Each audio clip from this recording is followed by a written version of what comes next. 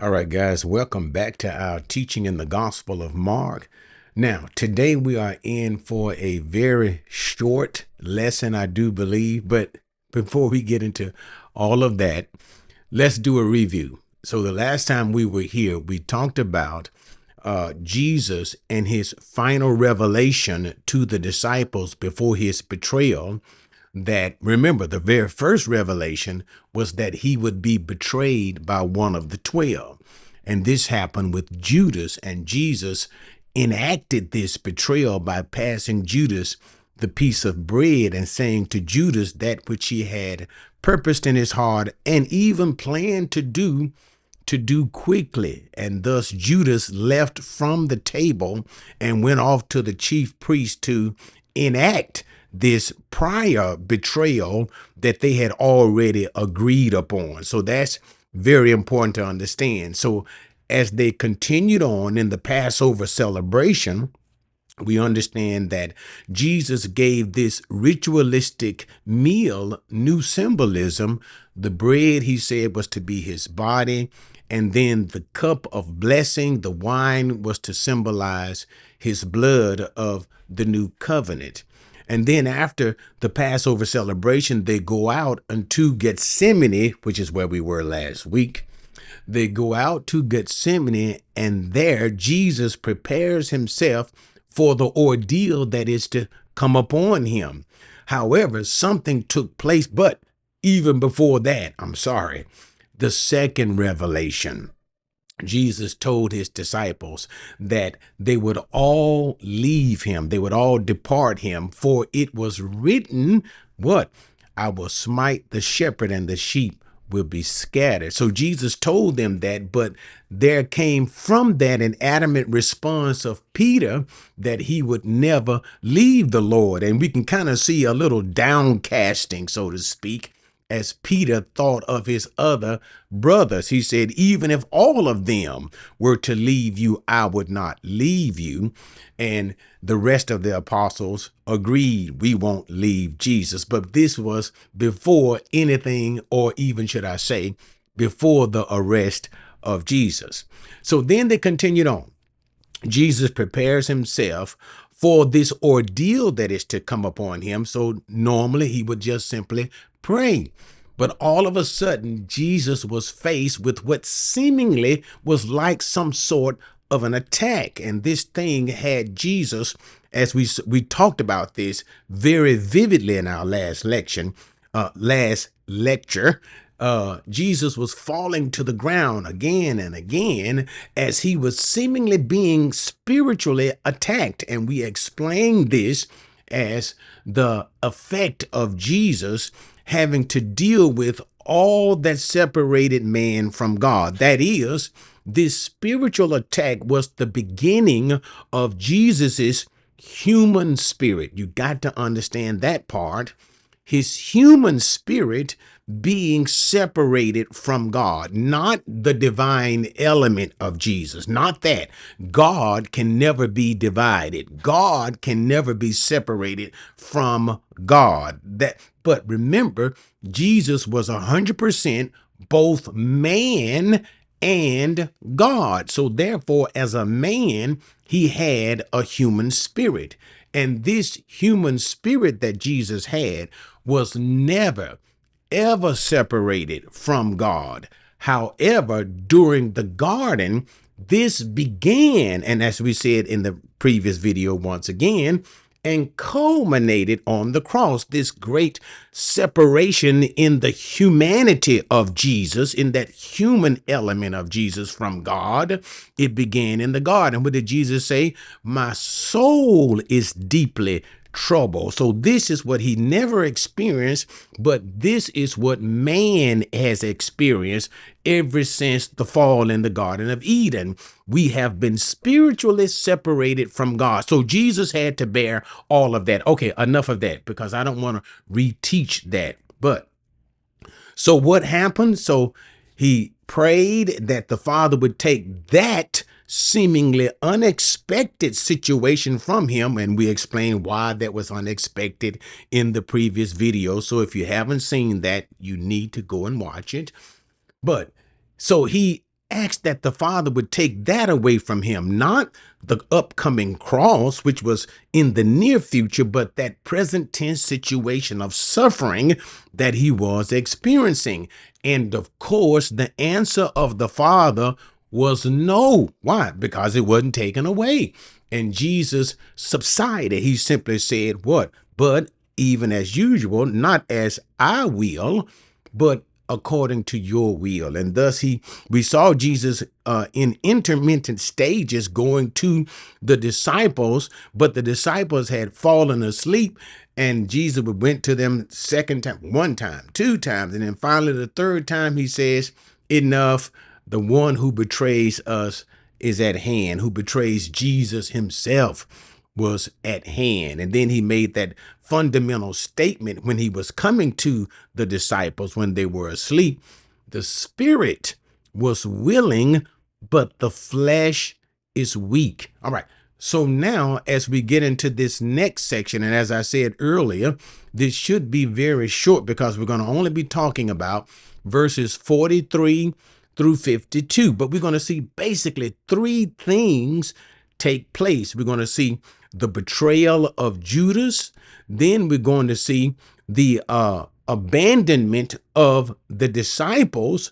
And then we will see the protest of Jesus. Okay. But not the protesting in the sense of Jesus being unwilling to be arrested, but in the manner to the which they arrested him. We'll explain all of this as we get into the text. All right. But nevertheless, should be short. I hope to think that it will be sweet as well. All right. Let's just simply begin here. 43. Immediately while he was still speaking, Judas, one of the 12, came up, accompanied by a crowd with swords and clubs, who were from the chief priests and the scribes and the elders. So now we see Judas has now returned. So let us go back. Remember, and this is one of the reasons why we did this little introduction, this review that we do to keep us on point with what's going on in the series of events. Remember, Judas had left the disciples and Jesus at the table once Jesus handed him that piece of bread and went off to the chief priest to arrest Jesus. And remember that we've already spoken how Jesus sprung the trap. That is, remember the chief priest, the Sanhedrin, had determined not to kill Jesus. That's what they wanted to do. They wanted to arrest and have him killed, but not during the feast time. That is, Passover, Feast of Unleavened Bread. Not that time, because there were many people who favored Jesus, and arresting Jesus publicly would cause a possible riot among Jesus's supporters.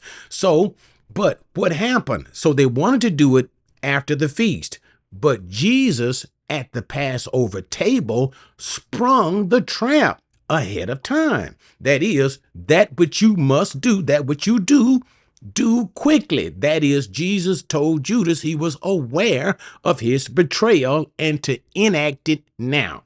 That's what we mean by the springing of the trap. So therefore, it was still during the Passover time that Judas would betray Jesus. But as we said, this was in accordance to the time clock of God himself. Judas departs. He goes, get these things together, goes to the chief priest, says whatever he needs to say. And now he returns back to the garden when John tells us, that's the Gospel of John, a place where Jesus gathered with his disciples that Judas was familiar with, and also a place apart from the people where Jesus could be arrested without any kind of upheaval whatsoever. So this was a perfect place to betray Jesus and a perfect time to do it. And this is what we see Judas, one of the 12. Now, I don't want to get into a lot of pathos, that is emotion that's involved, especially from my perspective. But I don't want you to divorce yourself from emotion of this event. That is, one of Jesus's closest companions. Remember, if you were of the 12, you are of the closest people in the world to Jesus at this particular time. One of his closest friends, that's what Jesus called him, did this, betrayed Jesus with a kiss. And now the kiss, normally a kiss on the cheek or a kiss on the hand, was a normal way of greeting a rabbi. That is, a disciple of a rabbi, when wanting to greet the rabbi, which is teacher, with great affection, would do so by the kissing of the rabbi on the hand or on the cheek. However, Judas used one of this most affectionate means with respect to the rabbi and the teacher. He used this in order to betray his teacher, the purest human being who ever existed. But anyway, we're not going to get into that, but let's just simply recall the teaching as it is given in the Gospel of Mark. But also, too, let me say this in advance. Okay, and I don't want to make it long because I have a habit of doing that. Mark gives a concise rendering from his own perspective. Remember, Mark has this characteristic of cutting things short and to the point. We have to harmonize all of the gospel, Matthew, Mark, Luke, and John, to bring in the fullness of everything that took place in the Garden of Gethsemane. But no particular writer is concerned, none of them. This happened, then this happened, then this happened, in that perspective. All of the writers are giving a certain perspective from the point of their gospel. In other words, they're making a particular point, and thus they bring in certain events or certain details of what happened in the Garden of Gethsemane. All right. And Mark, in according to his traditional style, is short and curt. But anyway, so now let's go back to that text. So Jesus is there in the Garden of Gethsemane. Judas arrives, John lets us know, with a Roman cohort of soldiers, a whole band of people. Mark just simply calls it a crowd, with swords and clubs. Now, these are Roman soldiers that were garnered by the Jewish leaders to assist in the arrest of Jesus, and also too, and guards from the Sanhedrin that were used in the arrest of Jesus. So this was a great large crowd of people. Now, one of the things that you may be asking, and we'll talk about that near the very end of this, as we move on to this, matter of fact, in the very next verse, why such a large crowd of people? But let's not do it yet. Let's keep going. So now they all come from the chief priests, scribes, and the elders, that is the Sanhedrin, to arrest Jesus. Verse 44, now he who was betraying him had given them a signal. We've already talked about that, saying, whomever I kiss, he is the one, seize him and lead him away under guard. Now, this is key. So he says, Judas gave them a prearranged signal to identify which one of the persons would be Jesus. Remember, it's night.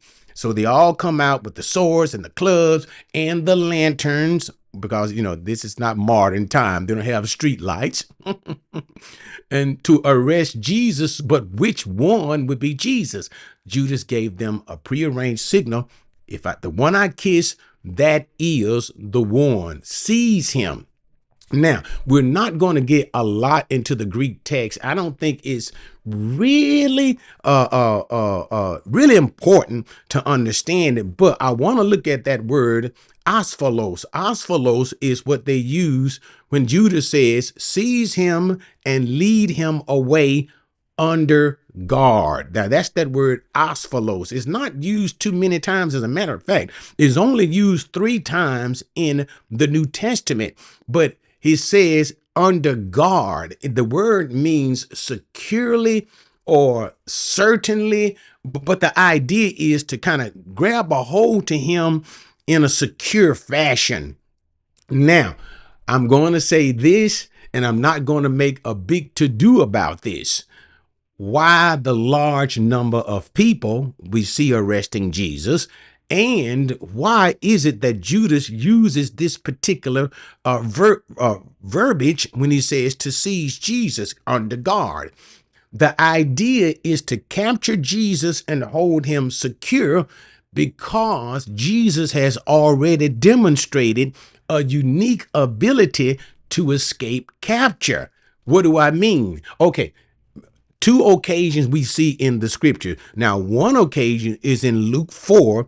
This is before the call of the disciples. So the disciples aren't present, but apparently they had knowledge of this event. Why? They wrote about it. But in Luke 4, when Jesus makes the first announcement that he is the Messiah, he goes into the synagogue and he reads from Isaiah, I believe it's chapter 61. The Spirit of the Lord is upon me, blah, blah, blah, blah, blah.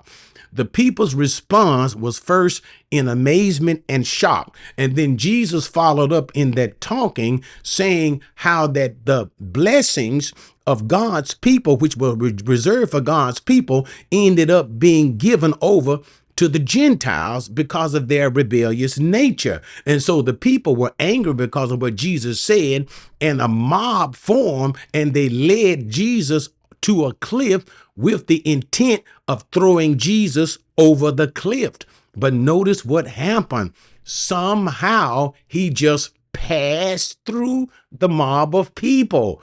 That was a supernatural Jesus, because he wasn't going to die before his time, and not in a way that God had not already decreed for him to die. So there is a supernatural passing through of the people. Then we see another situation in John chapter 8, when Jesus was saying to the people, let's just cut it short, before Abraham was, I am. And by that statement, I am, he is prefiguring the language of, in Isaiah chapters, 40 through 43, when God speaks of himself being the I am, and Moses at the burning bush, when God speaks of himself as the great I am. So their reference is to divinity. So Jesus spoke of himself from the perspective of divine personage. The people, the Jewish leaders, understood exactly what he meant by this. And so for blasphemy, because that's what they considered that to be, they wanted to stone Jesus. And at that very time when they were about to stone him, notice Jesus just simply passed through their midst. In other words, there was something supernatural that he did in order that he just, he just evaded the situation. All right, okay, enough. So here we are now back in Mark's gospel. Judas, keep him under guard. Why? Let me say it this way, because Jesus has a knack of evading arrest if he wants to evade the arrest. So get him, hold him securely so he cannot escape. All right, now let's finish this out. Verse 45. And after coming, Judas immediately went to him saying, Rabbi, and kissed him, and they laid hands on him and seized him. That speaks for itself. So Judas enacts his plan. He kisses Jesus, and the soldiers immediately grab a hold to Jesus. Now, once again, remember what we said that Mark does. Mark is not concerned about all of the other details. If we can harmonize the gospel, to harmonize the gospel means to bring in the other details of the gospels that here Mark is not bringing. We can do that, but Mark is not concerning with that. Mark is showing his own perspective of that event. That's all he's trying to bring about. And he does it in a short fashion. 47. But one of those who stood by drew his sword and struck the slave of the high priest and cut off his ear. And Jesus said to them, have you come out with swords and clubs to arrest me, as you would against a robber? Every day I was with you in the temple teaching, and you did not seize me. But this has taken place to fulfill the scriptures. And they all left him and fled. Okay, so what? So now in the heat of the moment, and that's what you have to see, because now we have to reflect back to what Jesus had given them. That is that second revelation that I was telling you guys about. That this night, all of you will depart from me. For it is written, I will smite the shepherd and the sheep will scatter. So Jesus had already predicted how they would all leave him. But in the heat of the moment, and this is what we have taking place here, as the adrenaline is flowing, the soldiers are around and preparing to arrest Jesus. We see Peter is now active. Now, even though John tells us that it was Peter, he identifies Peter as well as the servant of the high priest, whose name was Malchus, and that it was Peter who tried to cut off his right ear. And even later on, Jesus put his ear back on his head. All of these things. But Mark is not getting into all of that information. Mark just simply lets us know that this is what happened when Peter drew his sword. He cut off the man's ear. But the point that I'm trying to say to you is the adrenaline is flowing in the heat of the moment. And so therefore, Peter is acting by instinct. We would call it fight or flight. So as this initially begins to happen, Peter is hot in a sense of anger and protection of his teacher. And what does he do? Remember, his occupation is a fisherman. And thus Peter is not trained to use a sword. So he attempts literally to cut this man's head off his shoulder, to take his head off, but he missed because he doesn't know how to use a sword. Now, we're not going to get into all of the other things where Jesus says, put the sword up and things of that nature. But he goes on, as we are studying Mark's gospel, to speak of Jesus's reprimand to the soldiers who came out to get him, reminding them that even in that week, remember we talked about that ever since Jesus came in on what we call the Palm Sunday, came into Jerusalem, and then all that week Jesus was coming in and teaching the people, but he would leave in the evening time. He said, you had ample opportunity to arrest me then. Why didn't you arrest me then? But look how you come to arrest me. A Jewish rabbi, a Jewish teacher, you come out here with swords and clubs and all these men as if I am a common thief. How despicable that you would arrest me in this fashion. He says, but nevertheless, so that the scriptures might be fulfilled. And what scriptures can we see in particular? Those of Isaiah 53 that talks about the mistreatment as well as the suffering of the Messiah. And then finally in verse number 50, and they all left him and fled. Now, this statement, let's do a little Greek here because it is so important as we reflect back to the second revelation of Jesus and we see the emphasis that is being placed upon the disciples. Notice what it says. It says, ka aphantes auton, and leaving him, ephugon pantes. They fled. Pantes means all. So therefore we can see the emphasis being placed. And they fled. Who fled? All of them. And so thus the words of Jesus was fulfilled. Remember what he warned them? You will all leave me this night, for it is written, I will smite the shepherd and the sheep will scattered. And what does verse 50 says? And indeed, every one of them did. So in other words, what do we have in this situation now?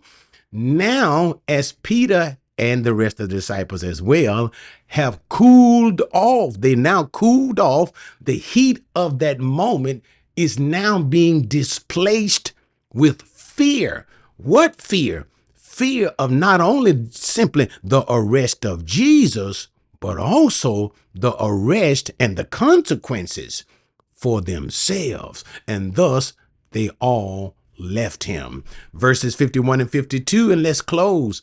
A young man was following him, wearing nothing but a linen sheet. Now that's interesting, isn't it? Nothing but a linen sheet over his naked body. And they seized him but he pulled free of the linen sheet and escaped naked. Now, you're wondering, what in the world is going on here? First of all, who is this young man? Second, why is he just wearing a linen sheet over his naked body? So what is going on that this man, is he out here sleeping with the rest of the disciples? No. What's going on here is this young man, if indeed we believe, and according to tradition, this young man is John Mark, the writer of this particular gospel, John Mark, right? Okay, so let's bring it in focus and try to understand or put together how he ended up in a linen sheet around his naked body at these events.